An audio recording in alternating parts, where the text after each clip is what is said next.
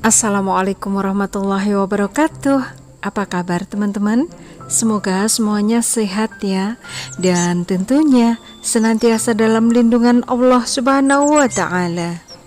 Inilah kondisi sawi-sawi Jepang aku pada saat Trenggalek diguyur hujan untuk pertama kalinya ya, setelah sekian lama tidak turun hujan, sekitar mungkin lebih dari 6 bulan teman-teman. Dan malam turun hujan deras banget, sehingga paginya begitu aku ke kebun, ini sawi-sawi Jepang aku sudah pada bertumbangan teman-teman. Karena memang terlalu tinggi pohonnya untuk yang sawi Jepang ini. Karena ini tingginya itu kalau nggak salah sudah mencapai 2 meter teman-teman. Dan sebenarnya sayang karena bunganya itu sudah banyak. Seharusnya kalau dia bunganya sudah tua, ini bisa jadi benih ya. Sekarang coba kita berdirikan lagi, kita tegakkan, dipakein penopang kayu, dengan harapan sawi-sawi Jepang ini bisa kembali survive, kemudian bunga-bunganya bisa jadi tua dan bisa jadi benih nantinya. Sebelumnya kita kurangin dulu daun-daunnya biar nggak berat ya. Untuk daun-daun yang bawah, terutama yang daun-daun tua, kita sisihkan, nanti kita masukkan ke dalam tempat pemrosesan kompos. Sedangkan untuk daun-daun yang masih seger dan bagus, nanti kita bikin sayur. Kita ke dapur terbuka ala pedesaan dulu untuk ambil tempeh untuk wadah daun-daun yang masih seger nanti. Sama halnya dengan tanaman bayam dan juga kemangi, maka sawi Jepang ini gampang sekali numbuh ketika biji-bijinya itu jatuh atau berhamburan di atas tanah. Dia akan numbuh sendiri dan itu banyak sekali teman-teman, jadi bergerombol-gerombol gitu. Bahkan kadang-kadang susah dikendalikan ya, kayak bayam yang numbuh pada saat musim penghujan itu kan hampir memenuhi area kebun kadang-kadang ya teman-teman. Nah, sawi Jepang itu juga kayak gitu. Dan ini yang sudah kering ada juga. Nanti biji-bijinya ini sudah bisa jadi benih teman-teman. Jadi kita amankan dulu untuk yang kering ini ya. Jadi kita potongin dulu ini bunga-bunga keringnya, karena sayang kalau harus masuk kompos ya. Ini bisa jadi benih. Untuk teman-teman yang menginginkan benih atau bibitnya sawi Jepang, bisa datang langsung ke rumah ya. Atau kira-kira ada teman-teman yang menginginkan giveaway untuk sawi Jepang nggak ya? Nggak tahu ya, mungkin teman-teman juga ada yang belum mengenal tentang sawi Jepang ini. Kalau benihnya kan dari biji-biji bunganya tadi teman-teman, ditebar gitu aja, kemudian kita siram, itu insya Allah bisa numbuh. Kalau bibit kan berupa tanaman sawinya tapi yang masih kecil-kecil. Untuk bibit sawi Jepangnya itu yang seperti ini teman-teman. Jadi jika nanti mengadakan giveaway sayuran untuk bibit sawi itu yang kayak gini, ini pun numbuh-numbuh sendiri teman-teman. Satu polybagnya itu bergerombol beberapa tanaman. Untuk tanaman-tanaman yang sekiranya sudah tidak mungkin diselamatkan, kita cabutin aja semuanya, kemudian kita masukkan ke tempat pembuatan kompos. Alhamdulillah, karena saat ini Trenggalek sudah mulai turun hujan, maka insya Allah kebun kami nanti akan dipenuhi oleh tanaman-tanaman yang tumbuh liar seperti bayam, kemudian kenikir, kemangi, juga sawi Jepang, dan bahkan selada-selada aku ini teman-teman. Biasanya selada yang bunganya sudah kering dan sudah ada bijinya itu akan berguguran, kemudian numbuh-numbuh sendiri di bawah-bawah pohon induknya.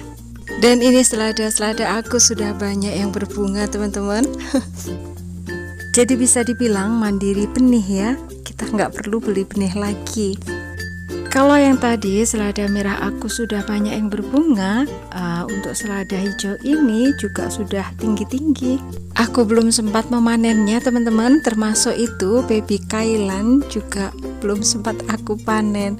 Jadi kita panen sekarang aja yuk. Oh ya, dan di sebelah selada ini ada sawi pagoda. Daunnya itu dimakan belalang teman-teman, bolong-bolong. Karena aku memang menanamnya secara organik ya, jadi serangga doyan banget sama sayurannya karena seger mungkin ya.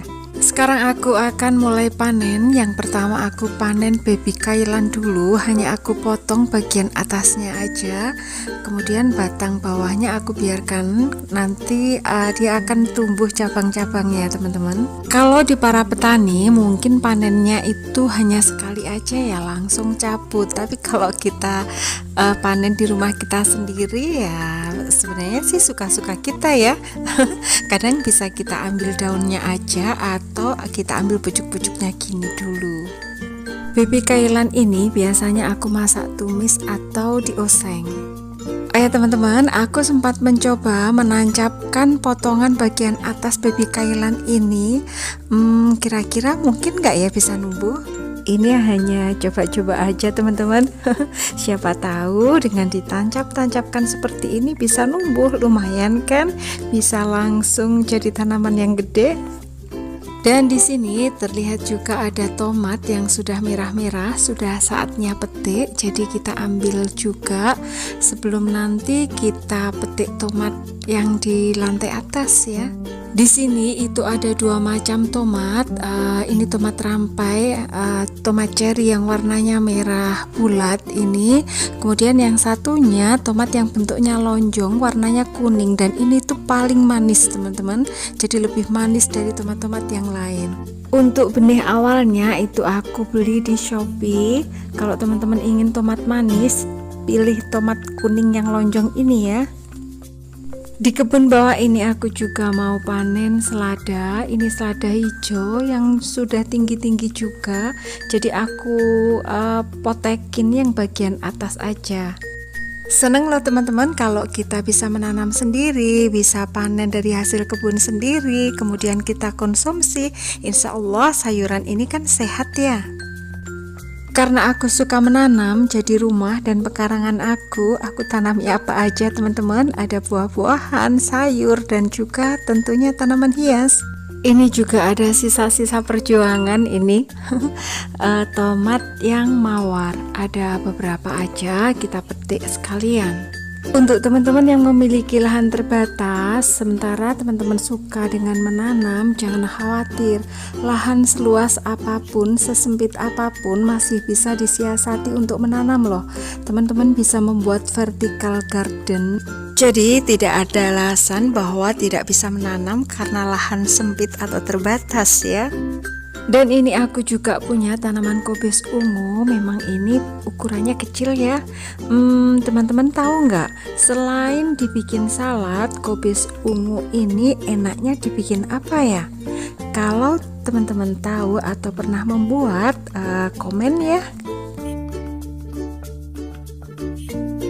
Ini hasil panen kita tadi, dan sekarang kita sudah berada di lantai 2 rumah aku. Ini adalah selada-selada merah aku. Kalau yang kita panen tadi kan selada hijau ya. Tapi kita nggak akan panen selada merah ini, lain kali aja panennya ya. Kita akan panen tomat yang sudah merah-merah di atas selada ini. Nah ini sudah berapa kali tanaman tomat ini aku panen, aku nggak menghitung teman-teman karena berkali-kali ya. Jadi dari satu tanaman yang hanya kami tanam di polybag kecil itu sudah berbuah berkali-kali dan kami panen berkali-kali. Sering ada yang bertanya, Bun, pupuknya apa gitu teman-teman. Aku juga sudah sering menyampaikan di video-video aku bahwa pupuk yang aku gunakan hanya pupuk kandang. Itu pun aku pakai pada saat mencampurkan media tanam. Jadi tidak pernah aku kasih pupuk susulan ya. Dan dalam media tanam itu juga aku campurkan kompos yang selalu kami bikin sendiri ya, dari dedaunan ataupun ranting-ranting dan rumput-rumput yang kami cabutin. Jadinya kompos yang kami pakai untuk media tanam. Sedangkan pupuk cairnya aku juga bikin POC sendiri teman-teman. Jadi dari air leri atau air cucian beras yang aku campur sama EM4 dan juga molase atau tetes tebu. Kalau nggak ada tetes tebu bisa pakai gula putih atau gula merah. Aku juga membuat mol atau POC dari buah-buahan busuk, juga potongan-potongan sayuran. Kalau teman-teman ingin tahu, silahkan di scroll di video-video lama aku, itu semuanya sudah ada. Tapi kemungkinan nama channelnya masih nama channel aku yang lama ya teman-teman, Kebunku Dapurku. Alhamdulillah panen sore hari ini tomatnya lumayan banyak. Terima kasih ya tomat-tomatku yang sudah berbakti, sudah menghasilkan berkali-kali. Oh ya teman-teman, biasanya media tanam di pot atau di polybag itu kan selalu ambles ya atau berkurang. Nah ketika berkurang seperti tomat ini kemarin, akar-akarnya itu jadi kelihatan. Nah seperti itu harus ditambah dengan media tanam yang baru, sehingga akar-akarnya itu tetap terbenam, tidak muncul di permukaan. Kalau seperti itu nanti insya Allah tanaman kita akan bertahan lama. Kalau di bawah tadi ada baby kailan dan juga sawi pagoda, maka di sini juga ada baby kailan dan sawi pagoda. Memang aku menanamnya itu sebagian aku letakkan di bawah, sebagian di lantai atas ini. Jadi berbagai sayuran aku tanam di sini teman-teman. Ini juga ada kale kerli yang masih kecil-kecil. Selain itu ada juga cabai, terong, sawi cesim, sawi pakcoy, kemangi, daun bawang, beluntas, rosemary, ada juga kalenero dan lain-lain. Mohon maaf ya teman-teman kalau gambarnya agak sedikit redup atau gelap karena ini sudah sore dan menjelang maghrib. Selang beberapa hari setelah kita amati, untuk sawi-sawi Jepang yang awalnya roboh kemudian kita tegakkan lagi itu kayaknya nggak bisa kembali normal lagi teman-teman. Akhirnya kita putusin aja untuk cabutin semuanya dan nanti kita gantikan dengan tanaman yang baru. Lagian ini emang tanamannya udah tua ya. Tingginya aja udah sampai 2 meteran. Untuk bunga-bunga yang kering yang sekiranya memang sudah ada bijinya, kita ambil, kita pukul-pukulkan ke tanah atau kita kebiok-kebiok nih, itu nanti bijinya rontok, dia akan jadi benih dan insya Allah pasti akan numbuh-numbuh. Selanjutnya kita rapikan juga tanaman tomat mawar tadi teman-teman. Sebenarnya ini udah tua tapi kayaknya masih produktif, jadi sayang kalau mau dicabut. Lanjut kita rapikan bedengannya, kita naik-naikkan tanahnya, karena biasanya kita merapikan memang hanya pada saat mau menanam kayak gini. Sementara tanah-tanahnya itu kan sudah banyak yang melorot ke bawah karena kena air hujan ataupun ketika kita menyiram. Sambil kita cangkul-cangkul sedikit bagian tanah yang akan kita tanami. Karena sawi Jepangnya masih ada beberapa, jadi rencananya tidak kami tanami sawi Jepang lagi, melainkan kita tanami koro. Di dapur terbuka ala pedesaan itu kami punya bibit koro. Aku ambil dulu bibitnya. Ini ada 6 bibit tanaman koro teman-teman. Biji atau benih koro ini aku dapat dari bude, kemudian kami semai, alhamdulillah numbuh dan sekarang kita tanam di sini ya. Tentunya kalau udah gede nanti tanaman koro ini harus dikasih ajir atau lanjaran atau rambatan ya. Bismillahirrahmanirrahim. Ya Allah, semoga tanamannya bisa subur dan memberikan manfaat yang banyak. Kemudian aku juga menggali lahan di sebelahnya. Kemarin di sini itu bekas untuk menanam tomat. Sekarang akan kami pakai untuk menanam kemangi. Jadi kami buatkan lubang tanam biar nanti kemanginya itu bisa rata atau lurus gitu teman-teman. Sebenarnya biji kemangi ditabur gitu aja sih bisa numbuh, cuman kalau tidak dibikinkan lubang kayak gini nanti numbuhnya kan jadi berantakan karena kesiram kan pasti bijinya kemana-mana ya. Selanjutnya sedikit kita tutup permukaannya dengan reruntuhan daun sengon yang sudah hancur dan membusuk di sini teman-teman. Jadi nggak kita tutup dengan tanah ya. Untuk tomat-tomat yang sudah terlalu tua dan akhirnya lonyot, kita pencet-pencet aja nanti di atas permukaan media tanam ya, biar numbuh-numbuh kayak gini. Ini semuanya itu hanya dari pencetan-pencetan tomat yang sudah lonyot karena terlalu tua teman-teman. Banyak sekali tumbuh tanaman-tanaman tomat yang masih kecil-kecil, jadi kami nggak beli benih lagi ya teman-teman. Gampang kok, kalau kita sudah berkebun dan sudah ada buahnya atau sudah ada bunganya, itu kita jadi mandiri benih, nggak beli benih-benih lagi. Yuk semangat berkebun ya. Oh ya teman-teman, aku lupa, selain bayam, kemangi, sawi Jepang, selada, itu juga ada tanaman yang bisa numbuh liar di mana-mana karena biji-bijinya yang runtuh, yaitu ginseng Jawa. Kayak gini. Nah, ini ginseng Jawa ini gampang sekali numbuhnya, apalagi musim penghujan ya. Masya Allah, dia akan subur kayak gini teman-teman.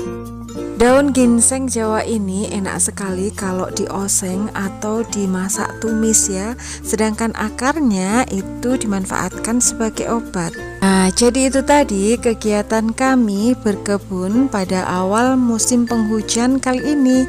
Terima kasih sudah menonton. Semoga teman-teman suka ya. Dan semoga video ini bermanfaat. Jangan lupa like, komen, share, subscribe, dan juga aktifkan tombol loncengnya.